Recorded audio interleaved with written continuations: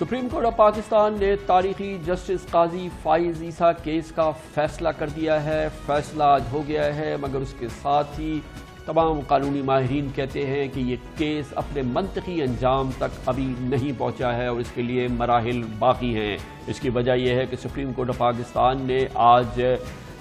10 رکنی بینچ نے بلا کسی اختلاف کے اس بات کو تعین کیا، اس بات کا کہ حکومت کا جو ریفرنس تھا وہ صحیح نہیں تھا، اس کو کالعدم قرار دیا گیا ہے اور اس شو کو نوٹس کو بھی کالعدم قرار دیا گیا جو سپریم جوڈیشل کاؤنسل نے جسٹس قاضی فائز عیسیٰ کے خلاف دائر کیا تھا۔ مگر اس کے ساتھ ہی اس 10 رکنی بینچ میں سے 7 اراکین نے فیصلہ کیا کہ اس بات کا تعین ہونا چاہیے کہ جسٹس قاضی فائز عیسیٰ کی اہلیہ نے لندن کی پراپرٹیز کیا ناقابل تردید منی ٹریل کے ذریعے یا ناقابل تردید دستاویزی ثبوت کے ذریعے حاصل کیے، اور اس کے لیے ایف بی آر کو تعین کیا گیا۔ ایف بی آر کو حکم دیا گیا ہے کہ وہ اپنی کارروائی کرے اور پوری کارروائی کے لیے ایف بی آر کو 60 دن کا نوٹس دیا گیا، اور یہ بھی کہا گیا کہ ایف بی آر اپنی رپورٹ سپریم جوڈیشل کاؤنسل کو پیش کرے۔ سپریم جوڈیشل کاؤنسل عملاً اس پورے معاملے کو دیکھے گی اور اس کے بعد سپریم جوڈیشل کاؤنسل فیصلہ کرے گی کہ یہ کیس کا اگلا مرحلہ کیا ہونا چاہیے۔ گویا کہ ایک پوری کارروائی ہونی باقی ہے، اور یہ وہ کارروائی ہے جو سپریم کورٹ نے آج جس کا حکم دیا ہے، جس کی مخالفت کی تھی جسٹس قاضی فائز عیسیٰ نے، جب انہوں نے کہا تھا کہ وہ سپریم کورٹ کی اس تجویز سے متفق نہیں ہیں کہ یہ کیس اب ایف بی آر میں بھیج دیا جائے، جس پر جب وہ خود اس کمرہ عدالت میں پیش ہوئے تھے، جو کہ ایک بہت ہی غیر معمولی منظر تھا۔ لیکن بہرحال آج یہ فیصلہ ہوا ہے، اور آج اسی بینچ کے 10 رکنی بینچ کے 3 اراکین نے اس سے اختلاف بھی کیا ہے، مگر 7 اراکین نے کہا کہ نہیں، اس بات کا تعین ہو جانا چاہیے کہ یہ جائیدادیں جو تھی یہ کیا ڈکلیئرڈ اور ایک پراپر ناقابل تردید منی ٹریل کے ذریعے حاصل کی گئی ہیں۔ اب اس پورے معاملے کی رائے حاصل کرتے ہیں، اور ابھی ہمیں جوائن کر رہے ہیں اس پورے کیس کو دن رات بڑی مستعدی سے لڑا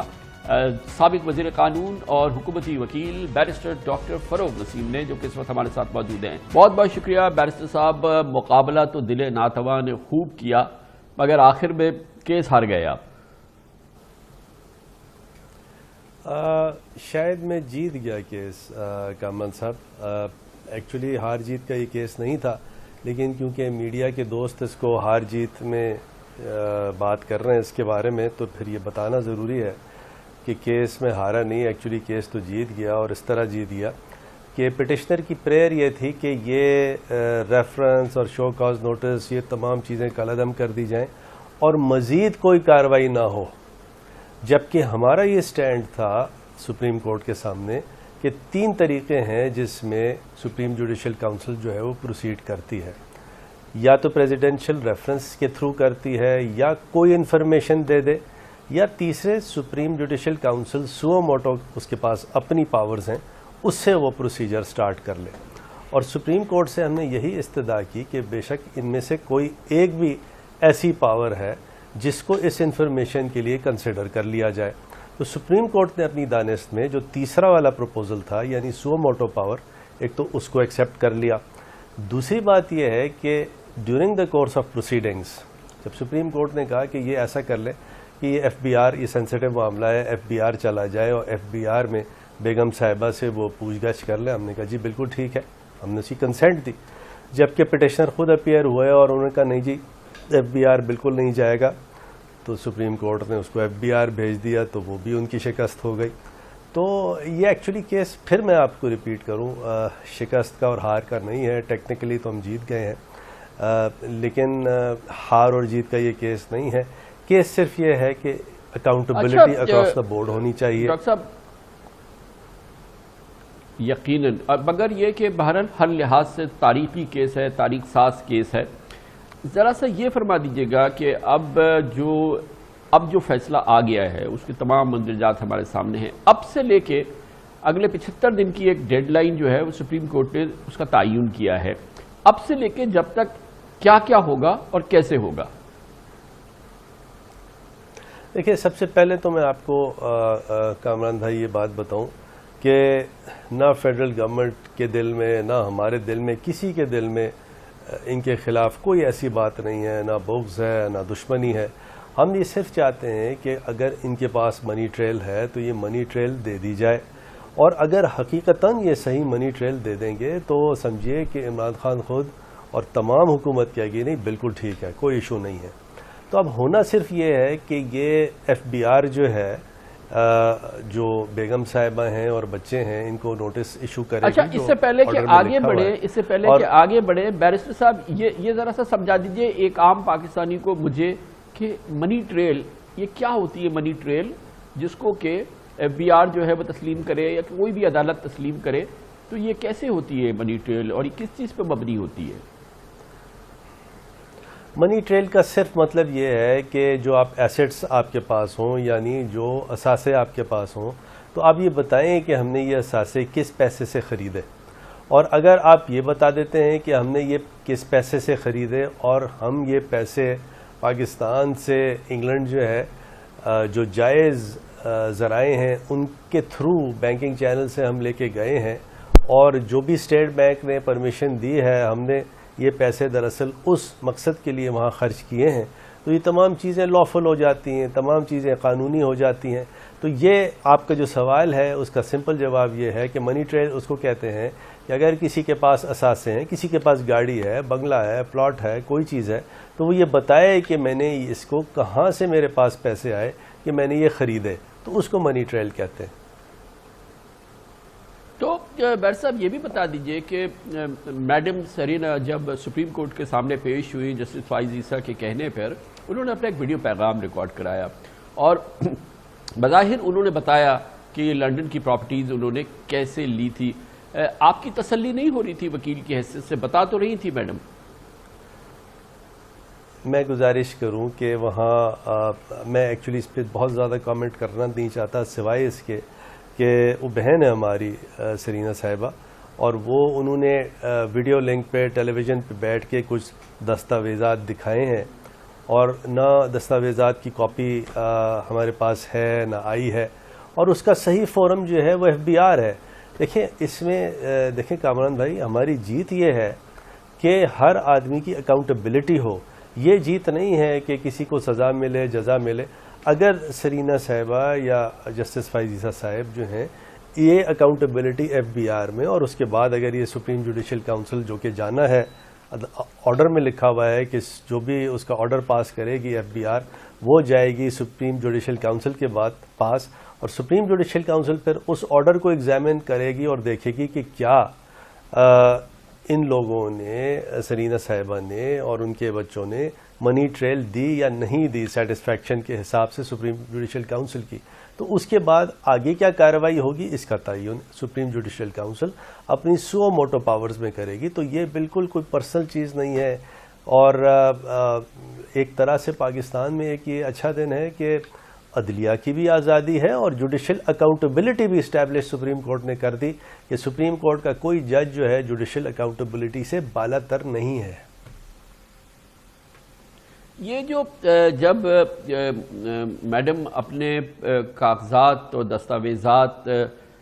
جو پھر ایف بی آر میں جمع کرائیں گی،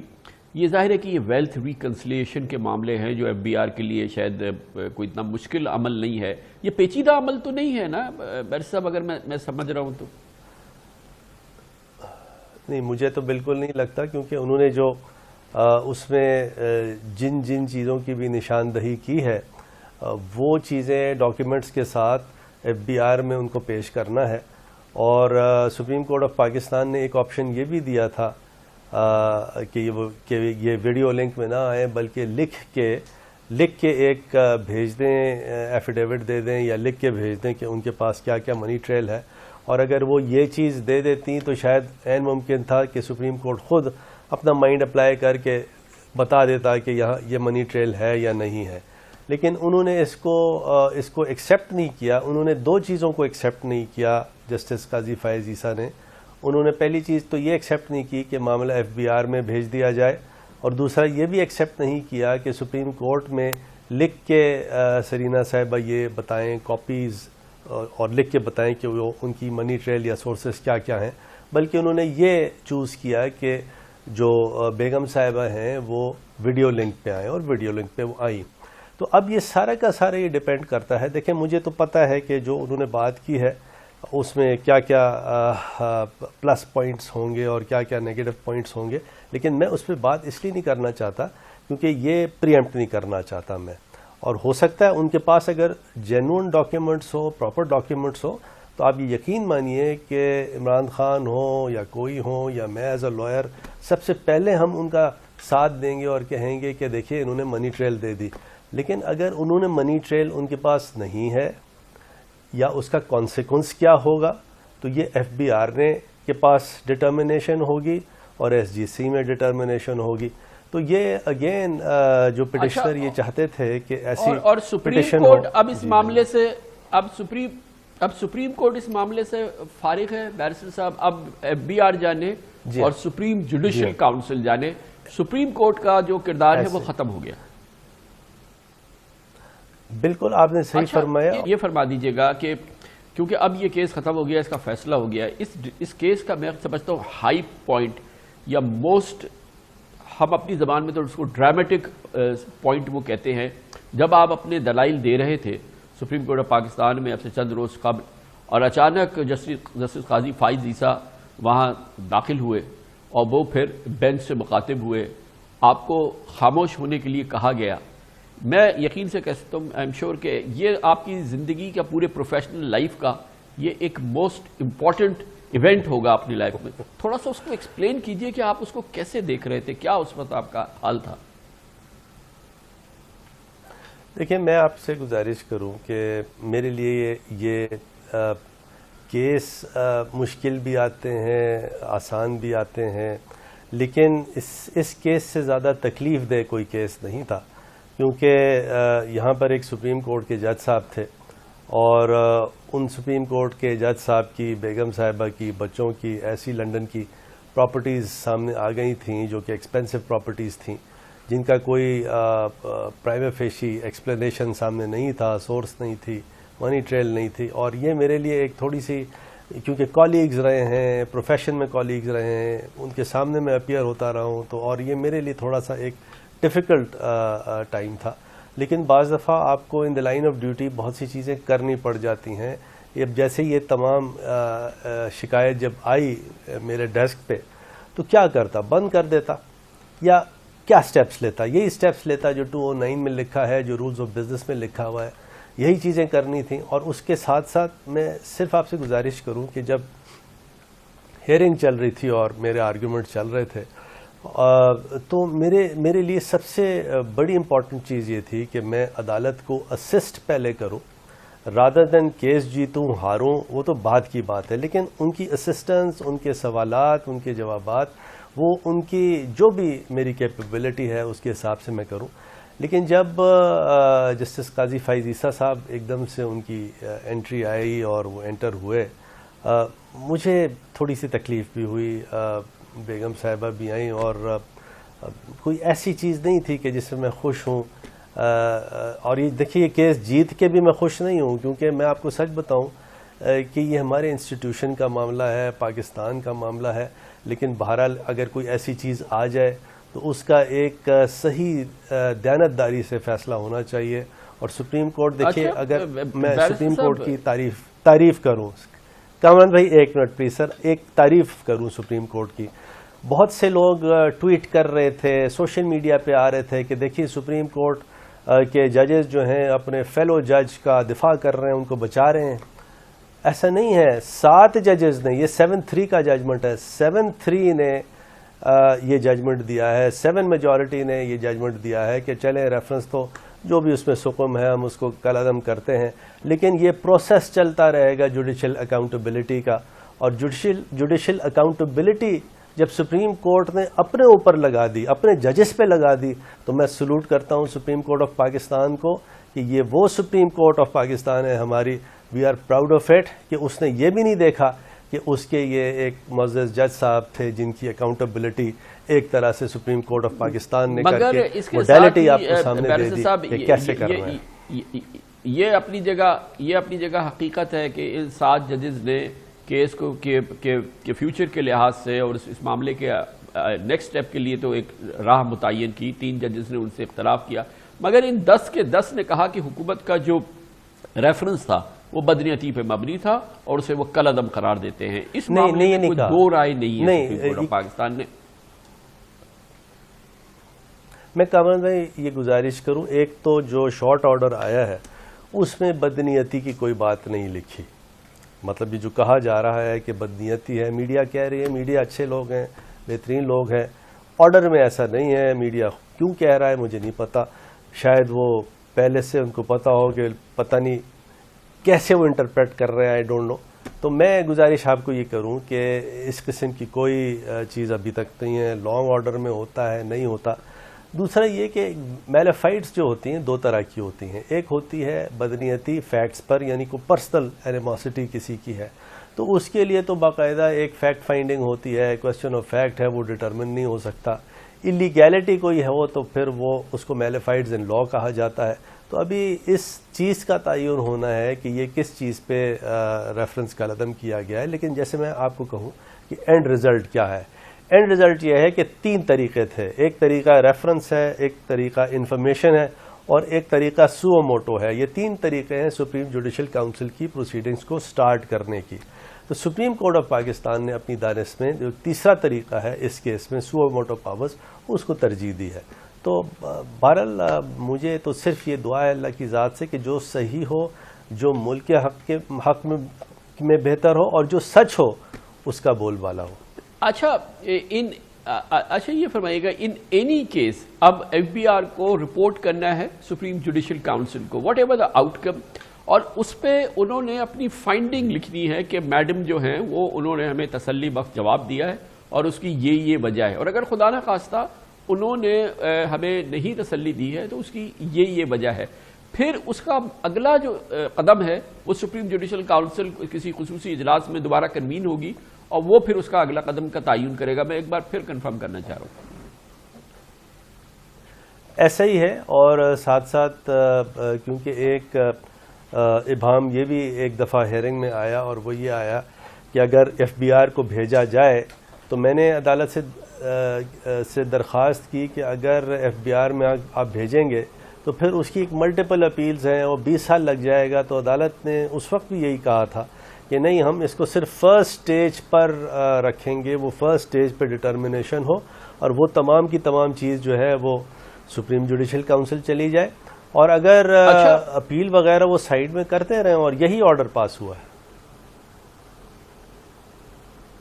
صحیح. اچھا یہ بتائیے گا کہ کیونکہ اس میں بیرون ملک جائیداد کا معاملہ ہے, یہ اثاثے سارے بیرون ملک ہیں, یہ ٹرانزیکشنز وہیں ہوئی ہیں, اب تو ایف بی آر آفیشلی اگر کوئی سروس لینا چاہے بیرون ملک ان جائیداد کے حوالے سے اور جو میڈم کے جوابات آتے ہیں اس کو کنفرمیشن یا اس کے حوالے سے, تو وہ تو اب آفیشلی اپروچ کر سکتے ہیں نا باہر سے, اگر for instance F B R کو کوئی اسسٹنس چاہیے. میرا اپنا خیال تو یہی ہے, لیکن حتمی بات میں نہیں کر سکتا. لیکن اس میں ایکچولی کامران بھائی کوئی اتنی لمبی چوڑی ایکسرسائز ہے نہیں, کیونکہ یہ تینوں کی تینوں پراپرٹیز ایڈمیٹڈ ہیں, اس کی اونرشپ ایڈمیٹڈ ہے, اس کی پرچیز ایڈمیٹڈ ہے, اس کے ویلیویشن ایڈمیٹڈ ہے, اور اب صرف اور صرف ذرائع بتانے ہیں کہ یہ کس ذریعے سے یہ فنڈز آئے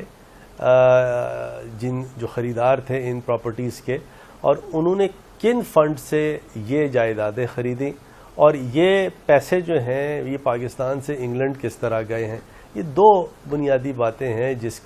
کا جواب جو ہے وہ جسٹس قاضی فائز عیسیٰ صاحب کی جو فیملی ہے اس نے دینا ہے. اور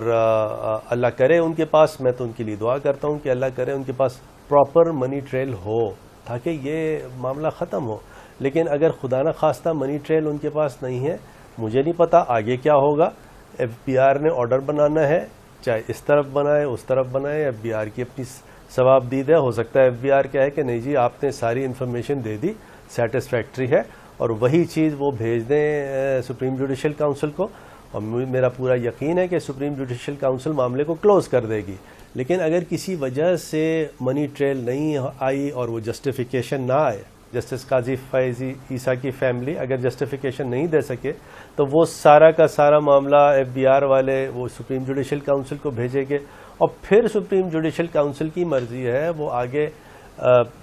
جو ہے کوئی پروسیڈنگز جج صاحب کے خلاف کرتی ہے نہیں کرتی، وہ سارا کا سارا تعلق اب گورنمنٹ سے بالکل نہیں ہے، وہ صرف اور صرف تعلق اب ایف بی آر کا اور سپریم جوڈیشل کاؤنسل کا ڈائریکٹ ہے۔ اب یہاں اس میں بیچ میں نہ گورنمنٹ ہے، نہ پریزیڈنٹ ہے، نہ پرائم منسٹر ہے، نہ اور کوئی فنکشنری ہے۔ It is F B R, supreme judicial council اور جسٹس قاضی فائز عیسیٰ اور ان کی فیملی۔ بیرسٹر صاحب یہ فرما دیجیے گا کہ نارملی جب ایف بی آر کسی ایسے کیس کو پروب کرتی ہے، اس کے بعد جب وہ اپنا آرڈر لکھتی ہے تو وہ جو جس کے خلاف یہ ہوتا ہے اس کے پاس اختیار ہوتا ہے کہ وہ ایپلیٹ پہ چلا جائے اور وہاں پہ اس کی اپیل فائل ہو، پھر وہاں سے نہ ہو تو وہ ہائی کورٹ پہ چلا جائے، اور پھر وہاں پہ اگر وہ ڈسمس ہوتا ہے تو وہ سپریم کورٹ چلا جائے۔ اور وہ پروسیس جو ہے وہ آپ نے، مجھے معلوم ہے کہ آپ نے اس کا ایک صراحتاً ذکر ضرور کیا ہے، اور وہ ہمیشہ سے ایک سال کا پروسیس ہوتا ہے، اور جو بھی ایف بی آر میں ہم اس کیس کی بات ہی نہیں کر رہے وہ پھنستا ہے، اس کو یہ بڑا کانفرمیشن ہوتی ہے کہ یار ابھی تو سالوں یہ چلے گا معاملہ۔ لیکن آپ یہ فرما رہے ہیں کہ سپریم کورٹ نے یہ تمام جو اس کی جو یہ جزیات ہیں اس سے اس معاملے کو فارغ کر دیا ہے۔ جی فارغ کر دیا، اور انہوں نے یہ کہا سپریم کورٹ نے کہ آپ کا رائٹ آف اپیل بالکل ہے، اور یہ تو ایکچولی ہم مفروضے پہ بات کر رہے ہیں، ہو سکتا ہے آرڈر ان کے فیور میں ایف بی آر پاس کرے، لیکن اگر ایف بی آر ان کے خلاف آرڈر پاس کرے تو ان کا یہ رائٹ ہوگا کہ اس کی اپیل کرے، لیکن اس کی اپیل کے آرڈرز کا انتظار کرنے کی سپریم کورٹ کہتی ہے ضرورت نہیں ہے۔ جو بھی آرڈر پاس ہوگا اس کو ایف بی آر جو ہے وہ فارورڈ کر دے سپریم جوڈیشل کاؤنسل، اور ان دا مین وائل اگر اپیل میں کوئی آرڈر وغیرہ ہوتا ہے تو سپریم جوڈیشل کاؤنسل اس کو دیکھ لے گی ضرور، لیکن ضروری نہیں ہے کہ اس پہ کیا ویٹ وہ ڈالے یا نہ ڈالے، تو وہ بھی اس میں انہوں نے درج کر دیا سپریم کورٹ نے اپنے آرڈر میں۔ بہت بہت شکریہ بیرسٹر ڈاکٹر فروغ نسیم، حکومتی ریاستی موقف پیش کر رہے تھے، وہ اس کیس میں وکیل بھی تھے۔